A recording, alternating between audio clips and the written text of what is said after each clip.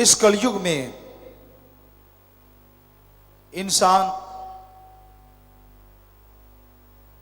अजीबोगरीब जिंदगी जी रहे हैं। जो कार्य करना चाहिए वो बहुत पीछे छूट गया, और जो नहीं करना चाहिए उसमें आज के इंसान बहुत आगे निकल रहे हैं। शुरुआत अगर नशे से करें कि नशा हर धर्म में, हर मजहब में मना है, लेकिन आज के दौर में छोटे छोटे बच्चे, बड़े बुजुर्ग सब नशे में लिप्त हैं। बच्चे हैं वो जिनको अच्छे संस्कार दिए गए, बच्चे हैं वो जो सत्संग सुनते हैं, और बच्चे हैं वो जो राम से प्यार करते हैं। अन्यथा नशे में डूब के आज का यूथ, आज के नौजवान बर्बादी के कगार पे खड़े हैं।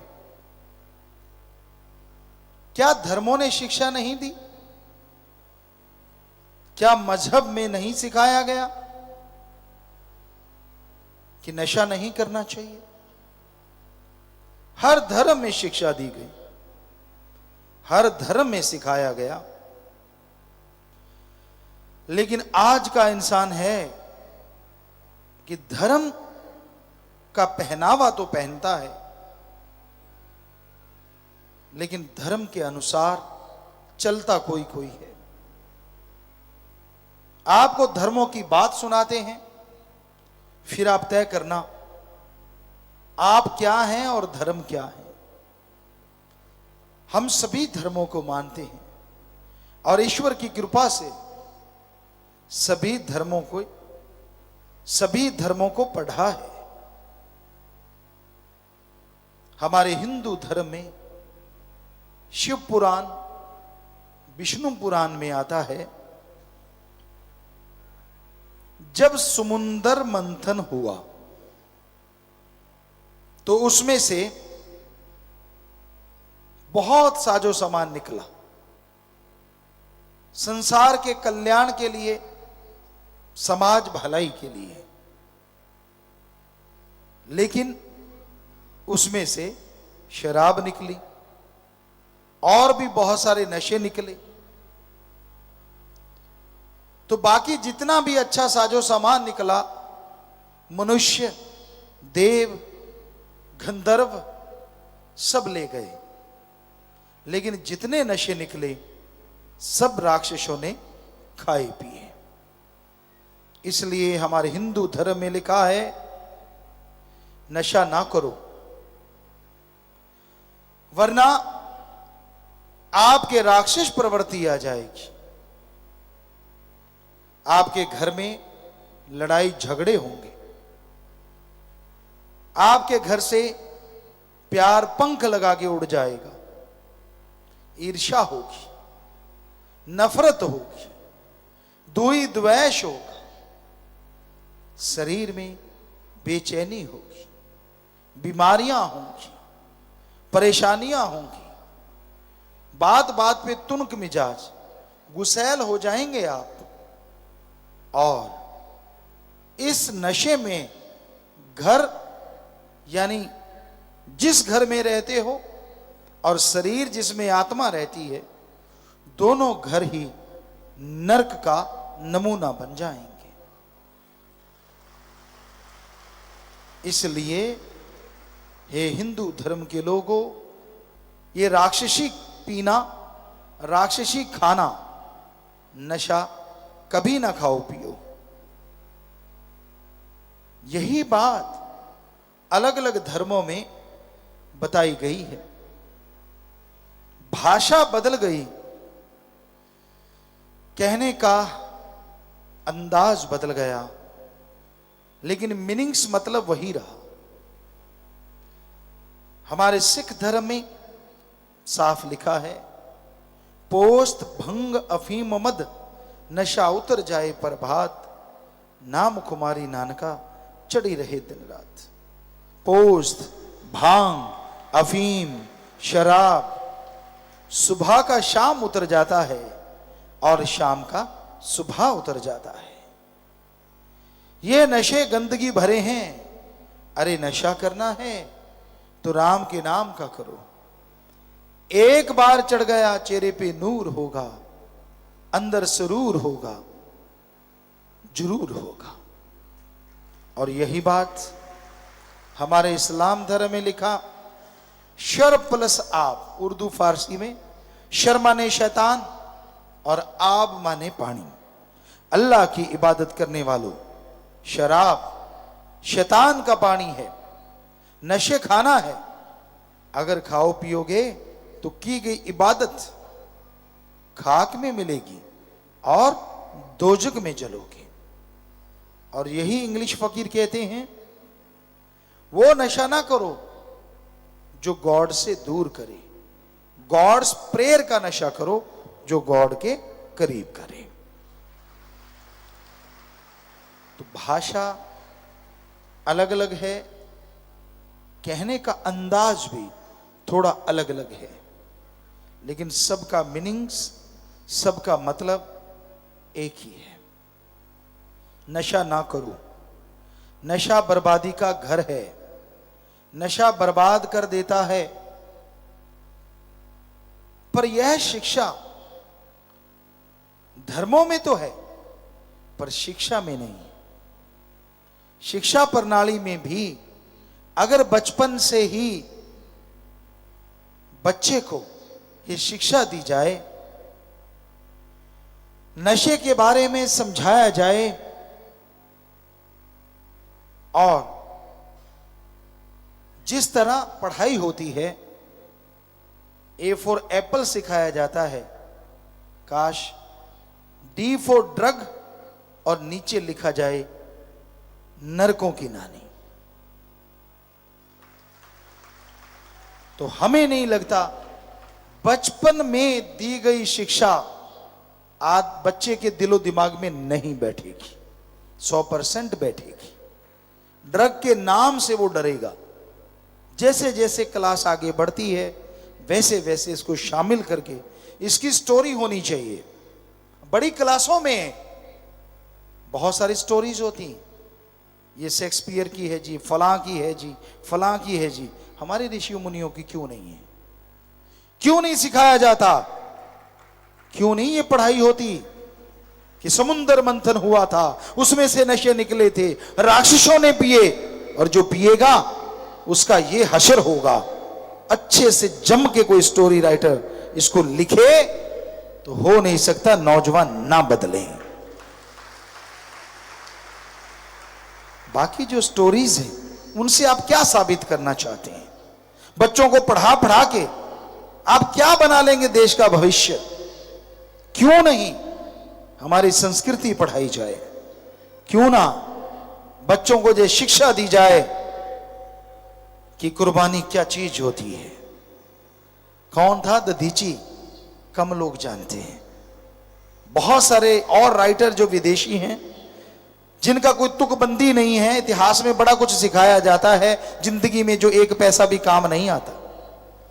काश सिखाया जाए कि दधीची वो था जिसने जिंदा जी अपने प्राण त्याग दिए हड्डियों का शस्त्र बनाने के लिए, ताकि बुराई का खात्मा हो सके। बच्चों के अंदर एक भावना पैदा हो, बच्चों के अंदर एक जागृति आए। क्यों नहीं ऐसा? इसमें तो सबका ही भला है। तो ये शिक्षा प्रणाली में जरूरी है इन चीजों को शामिल करना, तभी बच्चे ड्रग नशे से दूर हो पाएंगे। वरना आज घर घर की कहानी है कि बच्चे नशा करते हैं, बल्कि जो नहीं करते, करने वाले बच्चे उसका मजाक उड़ाते हैं। यार इसको क्या आता है? इसको तो जीना ही नहीं आता समाज में, ये तो कुछ भी नहीं जानता।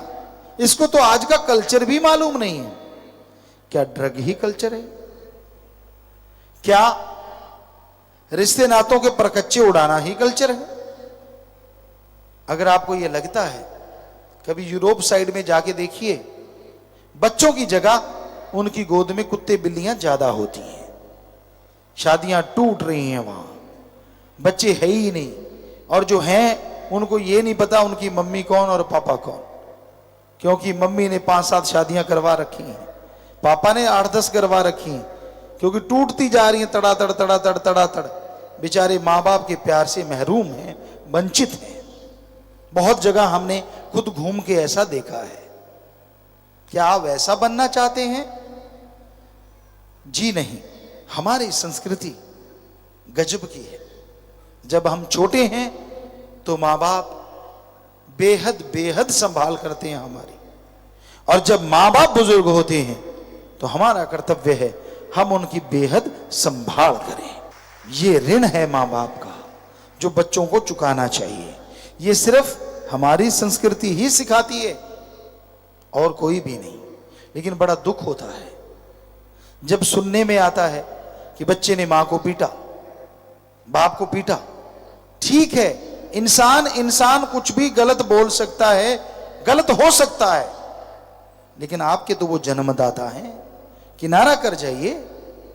पर उनको मारना या उनको गलत कहना अपने आप को गाली देना है, क्योंकि आप भी तो उनका खून है। तो ये बहुत जरूरी है, हमारी संस्कृति की पढ़ाई हमारे बच्चों को आनी चाहिए, बुजुर्गों को भी चाहिए। कभी तो संन्यास आश्रम में आ जाओ, बचपन से लगते हो मरने तक गृहस्थ आश्रम ही चलता रहता है। बड़े बढ़िया आश्रम बने थे। 25 साल तक ब्रह्मचार्य, 25 से 50 गृहस्थ आश्रम, संन्यास वानप्रस्थ आश्रम। यहां तो बल्कि 50 के बाद कहते हैं मजा ही अब आया, पता ही अब चला है, जेब काटी कैसे जाती है और पता भी नहीं चलता। छोड़ दो। 25 साल का बच्चा अगर हो गया, उसको तजुर्बा दो, उसको पूरा सिखाओ। ये करते थे पहले लोग, अपने बच्चे को शुरू से ही प्रैक्टिकली लाइफ जीने की आदत डाल देते थे, डलवा देते थे। और 25 साल का होते होते बच्चे की शादी हो गई, उसके बच्चे हो गए, और वो अपने पैरों पे खड़ा होता था। मां बाप, हम नहीं कहते कि आप कुछ उनको सलाह ना दो, पर संन्यास का मतलब होता है कि आप उनके कंधों पे पूरा बोझ डाल दो कि ले बेटा, मेरे से जो बन पाया मैंने तेरे लिए कमाया, बनाया, सब कुछ किया, अब तू संभाल और इसको आगे लेके जा। पर एक बात याद रखिए, हाथ ना कटवा लेना, सब कुछ ही बच्चों को मत सौंप देना, अपना हिस्सा जरूर रखना। ये कलयुग है।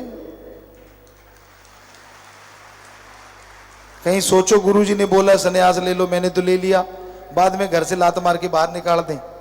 क्योंकि आजकल के बच्चे वैसे नहीं है ना, जिस युग की ये बातें हैं। तो जरूरी है अपना हिस्सा, बैंक अकाउंट या जो भी, वो आपके पास आपके नाम जमीन जायदाद का हिस्सा होना ही चाहिए। तो आपकी सेवा होगी और आप खुश रहेंगे, मेरी सेवा हो रही है। आजकल बैंक बैलेंस की सेवा होती है, जमीन जायदाद की सेवा होती है। आपका भरम बना रहेगा और जिंदगी बढ़िया मजे से गुजरेगी। और जरूरी है इन बातों पे अमल करना। पर आजकल तो उल्टा है सारा कुछ। लोग ज्यादा फंसते हैं घर गृहस्थ में। 50 के बाद संन्यास तो कोई कोई लेता होगा। हमने देखा कि भाई जो मानवता की सेवा में आगे आते हैं, आज 6 करोड़ में 70-80% नौजवान है। यानी नौजवान बीड़ा उठा रहे हैं समाज को बदलने का, और बुजुर्ग कहते ना अभी तो पता चला है जिंदगी का मजा कैसे लें। फंसे हुए बुरी तरह से। पर जो सेवा पर करने आते हैं, भला कर्म करते हैं, समय निकालते हैं, उनको बहुत आशीर्वाद। कम से कम संन्यास आश्रम उन्होंने ले तो रखा है, रहो घर में, रहो परिवार में, लेकिन दखल अंदाजी छोड़ दो। कई होते बिना वजह आवाजें मारते रहते। बच्चा काम धंधे को जाता है, पीछे से आवाज, किधर चला? कहता कुएं में छलांग मारने जा रहा हूं। मारोगे? बच्चे आजकल के बड़े अजीबो, कहना नहीं चाहिए उनको ऐसा, लेकिन नहीं मानते भाई, गुस्सैल है। तो आप पूछते क्यों, किधर चला किधर नहीं चला? ये क्या 4 पैरों पे चलने वाला है? यानी बचपन वाला तो नहीं है, बड़ा हो गया, अब जाने दो जिधर जा रहा है, काम कर रहा होगा। अगर आपसे सलाह लेता है तो जरूर दो, प्यार से अगर कहोगे तो वो सलाह भी लेगा, लेकिन बिना वजह टोका टिप्पणी, गलत चल रहा है तो प्यार से समझाओ कि बेटा नहीं चलना चाहिए। पर हमने जो देखा, 6 करोड़ में से यूथ ज्यादा जुड़ा है, बल्कि नौजवान अपने माँ बाप को सुधार रहे हैं कि पापा गलत मत चला करो, सही चलने लग जाओ, बहुत जिंदगी चल रही है, अब तो सुधर जाओ। यही है कलयुग। बेटियां माँ बाप को संभाल रही हैं, बेटियां माँ बाप का फायदा कर रही हैं, बेटे कर रहे हैं, बड़ी खुशी होती है। कहां तो मां बाप को समझाना चाहिए और कहां बेटियां समझा रहे हैं। इसी का नाम तो कलयुग। तो ये नशा, ये ड्रग्स कोई भी लेता है, बच्चे से लेके बूढ़ा तक, ये बर्बादी का घर है और कुछ भी नहीं। रोकिए, अपने घर में फैलने वाली इस कैंसर की बीमारी से बचिए। ये ऐसा कैंसर है जो एक को नहीं, पूरे परिवार को निगल जाता है। ये ऐसा दैत्य है जो एक को नहीं, पूरे परिवार को खत्म करने की सोचता है, जिसका नाम है ड्रग, नशा। एक भी घर में नशेड़ी हो, घर नरक बन जाता है, और अगर सारा परिवार हो तो महानरक। इसलिए साध संगत पूरे जोर शोर से जुटी हुई है, ज्यादा से ज्यादा लोगों का नशा छुड़वाती है, उनको लेके आती है, राम नाम से जोड़ती है। और कोशिश किया करो, जिसको आपने राम नाम से जोड़ा है, अच्छाई से जोड़ा है, उसको फॉलो किया करो, कहीं फिर से तो नहीं बुराई पे लग गया। कोशिश किया करो, बाकी तो राम जाने। क्योंकि आपकी वो कोशिश अगर उसे बचाए रखेगी तो भगवान भी आपको दुख मुसीबतों से बचाए रखेंगे, खुशियों से लवरेज रखेंगे। तो आज के दौर में, इस कलयुग में, इस दैत्य को भगाने की बड़ी जरूरत है। और हम तो यही गुजारिश करेंगे, क्यों ना हमारी शिक्षा प्रणाली को सुधारा जाए, क्यों ना इसे प्रैक्टिकल लाइफ की तरफ मोड़ा जाए। इंजीनियर बनना चाहते हैं तो उनसे इंजीनियर के कार्य भी करवाए जाएं, सिर्फ थ्योरी पढ़ा के ना छोड़ा जाए। क्योंकि कई बार होता है थ्योरी आती है और पता होता नहीं करना कैसे है। अब पता है थ्योरी का कि ऐसे हाथ चलाने होते हैं, पांव चलाने होते हैं, पढ़ लिया, और उसको पढ़ के कोई कुएं बड़े नदी में छलांग मार दे कि मैंने तैरना कैसे पढ़ा हुआ है, वो तो डूबेगा ही, क्योंकि प्रैक्टिकल तो कभी किया ही नहीं, करके तो कभी देखा ही नहीं। तो इसलिए प्रैक्टिकल लाइफ पे भी पूरा जोर देना चाहिए, जो हमारी संस्कृति रही कर्मयोगी और ज्ञान योगी। जो ज्ञान पढ़ाया जाता था गुरुकुल में, उसमें कर्म करना भी सिखाया जाता था कि ये ज्ञान है और इसको ऐसे किया जाता है। उदाहरण के तौर पे दूध में से घी कैसे निकालना है, ये तो सिखाया जाता ज्ञान कि दूध में से घी निकलता है, उसको जमाया जाता है, छाछ लगाई जाती, खट्टा लगाया जाता है, बिलोया जाता है, मक्खन आता है, और गर्म करने पे घी जरूर आता है। ये तो सिखाया जाता है। लेकिन पुरातन काल में वास्तव में हर बच्चे से दूध में से घी निकलवाया भी जाता था। इसे कहते हैं प्रैक्टिकल, कि बेटा ये थ्योरी है ज्ञान जोगी, और अब आजा कर्म जोगी। तो मजा है। आज सिर्फ ज्ञान जोगी बनते जा रहे हैं, इसलिए बेरोजगारी ज्यादा बढ़ी हुई है। कर्म के नाम पे कुछ आता जाता नहीं, और या फिर सिर्फ कर्म है, ज्ञान के नाम पे कुछ आता जाता नहीं। दोनों एक दूसरे के बिना अधूरे हैं। ज्ञान जोगी भी होना चाहिए और कर्म जोगी भी। दोनों होंगे तो बच्चा जिंदगी में सफलता के झंडे जरूर गाड़ेगा। ऐसा नहीं कि इसमें कोई भी नहीं है, बहुत बच्चे हैं जो ज्ञान जोगी भी हैं, कर्म जोगी भी हैं, पर ज्यादा गिनती अधूरेपन की है। तो जरूरी यही बनता है कि वो शिक्षा दी जाए जिसका कोई मतलब है, जिसका कोई मीनिंग्स है, वो जरूर लगाई जाए बचपन से ही। आज हमारे देश में बेहद जरूरी है नशे पे शिक्षा होनी ही चाहिए।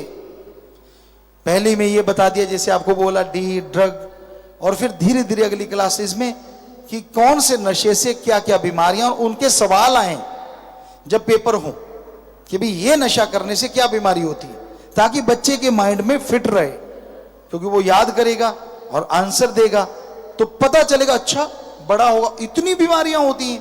अब बचपन में जो घुंटी पिलाई जाती है ना, वो सारी लाइफ जाती नहीं, माइंड में फिट रहती है।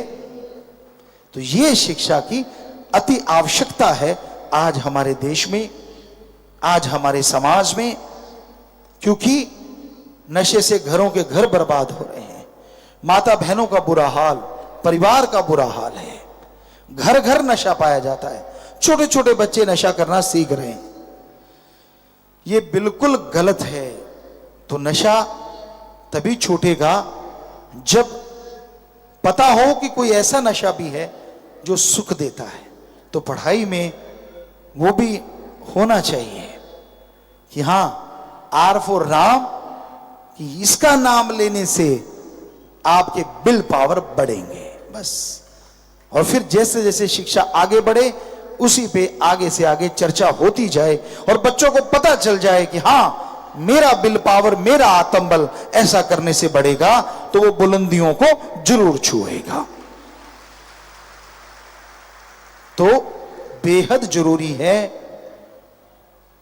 नींव रखना, नींव को मजबूत करना। बिल्डिंग अच्छी वही होती है जिसकी नींव मजबूत होती है, और बचपन से बड़ी नींव इंसान की कोई नहीं होती।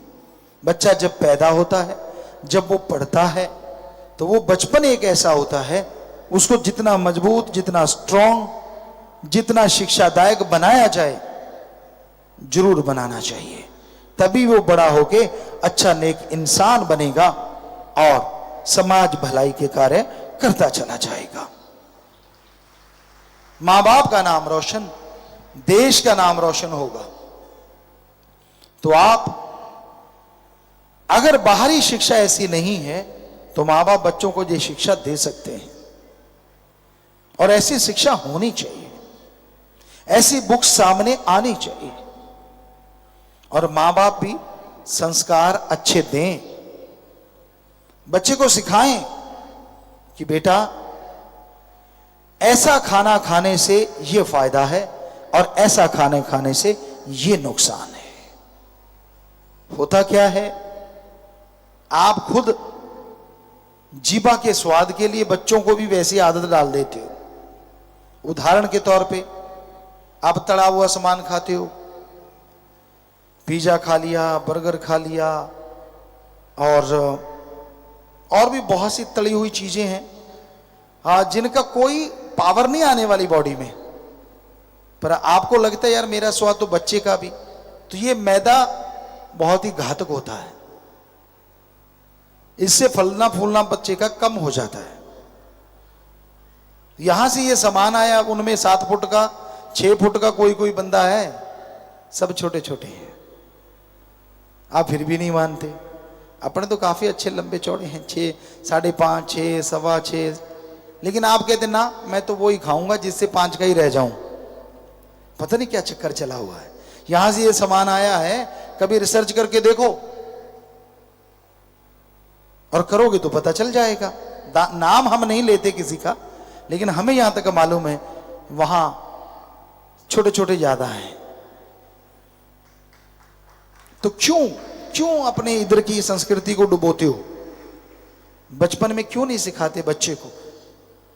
जैसे हमारी आदत है अच्छा खाना खाना, अच्छी सब्जियां हैं, हमारे तो सब कुछ होता है। हाँ, गुड़ खिलाया जाता था, शहद क्यों खिलाते हो फिर घूटी में? क्यों नहीं पिज़्ज़ा ही खिला देते? आज भी शहद खिलाते हो ना जब बच्चा पैदा होता है। तो ये हमारी संस्कृति है, मत भूलिए इसे, बल्कि इसको बढ़ाइए, बच्चे को अच्छा खाना खिलाइए ताकि बच्चा तंदुरुस्त और स्वस्थ हो। बच्चे तंदुरुस्त स्वस्थ होंगे तो पूरा समाज तंदुरुस्त और स्वस्थ हो जाएगा।